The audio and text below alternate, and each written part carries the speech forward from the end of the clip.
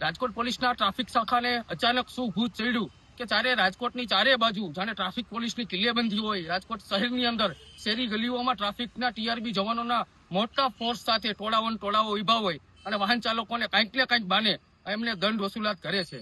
Traffic નિયમોનું પાલન કરવું એ સૌની જવાબદારી છે, તેનો વિરોધ હોઈ ન શકે। મોટા હોર્ન હોય, બ્લેક ફિલ્મ હોય, કેફી પદાર્થો અથવા તો હથિયાર હોય, તેનું વાહન ચેકિંગ થવું જરૂરી છે અને જે રાજકોટ શહેર પોલીસ કરે તે ખૂબ આવકારદાયક છે। પરંતુ કોઈ માણસ ચોટીલા તરફથી રાજકોટ આવતો હોય, જ્યાં રાજકોટ શહેર પોલીસની હદ શરૂ થાય બામણબોર ચેકપોસ્ટ, ત્યાં અડધી રાતે 3 વાગે રાજકોટ ટ્રાફિક વિભાગના બ્રિગેડિયર 15 જણાના ટોળા ટોર્ચ લઈને ઉભા હોય, આખું વાહન ચેકિંગ કરતા હોય। એનાથી આગળ આવો તો એરપોર્ટની જે ચોકડી છે હીરાસરની, ત્યાં એટલા જવાનો હોય। આગળ આવો તો માલિયાસણ ચોકડી છે, એની આગળ આવો તો જે નવાગામ ચોકડી છે। એટલે ક્યાંક ને ક્યાંક કોઈ અમદાવાદથી સોમનાથ કે અમદાવાદથી દ્વારકા જતા વ્યક્તિને આખા રાજકોટ શહેર ટ્રાફિક પોલીસના જે મોટા જે ટોલ નાકા કહેવાય, એમાં કંઈક ને કંઈક તોડ પાણી આપી અને પ્રસાદી ધરીને જવું પડે તેવી સ્થિતિ અને તેવી ફરિયાદો અમને મળી છે। ખરેખર રાજકોટ કોઈ પણ ટ્રાફિક વિભાગની એની જવાબદારી એ ટ્રાફિક વ્યવસ્થાનું પાલન કરાવવું અને કોઈ પણ નિયમોનું ઉલ્લંઘન થતું હોય તો તેના માટે લોકોને જાગૃત અને અવેરનેસ અને તેમને દંડ દેવા જોઈએ। પરંતુ મોટર વ્હીકલ એક્ટ તો એટલા બધા છે કે તમારું મારું કે કોઈ સીએમની ગાડી હોય તો કંઈક ને કંઈક તો વાંક હોય।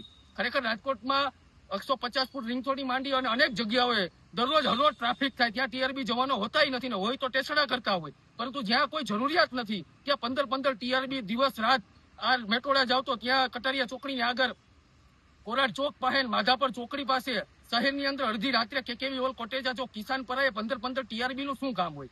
ખરેખર રાજકોટની શહેર પોલીસ અને તમામ સ્થાનિક પોલીસ સ્ટેશનો વાહન કોબિંગ અને નાઇટ પેટ્રોલિંગ કરે જ છે અને વાહન ચેકિંગ થવું જોઈએ તે આવકારદાયક છે। પરંતુ આ રીતના નિયમોના ઉલ્લંઘનના નામે આ રીતના સામાન્ય જનતાને કનગણત કરવી કોઈ દિવસ ચલાવી ન લેવાય। આજે અમે રાજકોટના જોઈન્ટ પોલીસ કમિશનર ચેતન્ય માંડલિક સાહેબને મળ્યા છે અને ખૂબ અગત્યપૂર્ણ રજૂઆત કરી છે કે જે નાનો મજૂર છે, જે દરરોજનો 500-700 રૂપિયા કમાય, મિડલ વર્ગ છે, મધ્યમ વર્ગનો પરિવારનો વ્યક્તિ છે, એ રોજના માંડ 500-700 રૂપિયા કમાય, એ ટ્રિપલમાં જ આવતો હોય। મજૂર માણસને થોડુંક વ્યક્તિગત બાઇક હોય તો માનવતાની રૂહે નાના મોટા નિયમો ઉલ્લંઘન થતું હોય તો દરરોજ એકને એક દંડ કેટલા દેવાય, એનું આખા પરિવારનું બજેટ ખોરવાઈ જાય। એટલે આવી બાબતોને ધ્યાનમાં રાખવી છે। ખાસ કરીને સોની બજારમાં જે જૂનું રાજકોટ કહેવાય, ત્યાં નાની પતલી શેરીઓ છે, ત્યાં ટ્રાફિક પોલીસ એ દરરોજ પોતાના ટોલ નાકા બનાવી અને ટીઆરબીની ગેંગ લઈ અને સોનીના અને ચાંદીના વેપારીઓને કનલત કરે। કારણ કે સોની બજારમાં કોઈ બકાલું કે કરિયાણાનો માલ લઈને ન જાય, ત્યાં સોનું કે ચાંદીના ઘરેણા જ લઈને જતા હોય। એટલે આવી રીતના બસ તોડ અને ક્યાંક ને ક્યાંક આમાં રાજકોટની આબરૂ જાય। તમે અમદાવાદ શહેર અને સુરતની સાપેક્ષમાં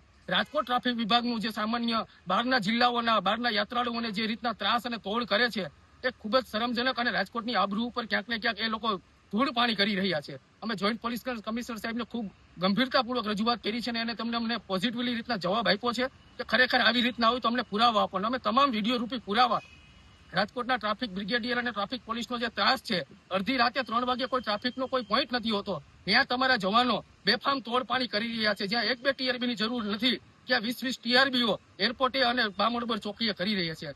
આ બાબતે અમે રજૂઆત કરી છે। રાજકોટના શહેરના અનેક લોકોની અમને રજૂઆતો હતી કે ખરેખર આ મુદ્દે કાંઈ બોલો। ચોકે શેરીએ રાજકોટ ટ્રાફિક પોલીસ જાણે કોઈ આતંકવાદી ભાગી ગયો હોય અને એને પકડવા બેઠા હોય એ રીતના કાંઈ ને કાંઈ નામે અમને દંડ દે છે અને અમારી સાથે બેહુદું વર્તન કરે છે। ઘણા બધા ટીઆરબી જવાનો કરોડો રૂપિયાની પ્રોપર્ટી બનાવી છે। ઘણા બધા ટીઆરબી જવાનો પોતાની નોકરીએ બામણબોર અને એરપોર્ટે પોતાની ફોરવ્હીલો લઈને જાય છે। 10,000 રૂપિયાના પગારમાં પૈસા આવે ક્યાંથી? ક્યાંક ને ક્યાંક સામાન્ય અને રાજકોટના જાગૃત નાગરિકોના દંડી અને આ ટીઆરબીઓ ભ્રષ્ટાચારના રૂપી મોટો તોડ કરી રહ્યા છે। સામાન્ય લોકો સાથે અપમાનજનક અને બેહુદું વર્તન કરી રહ્યા છે।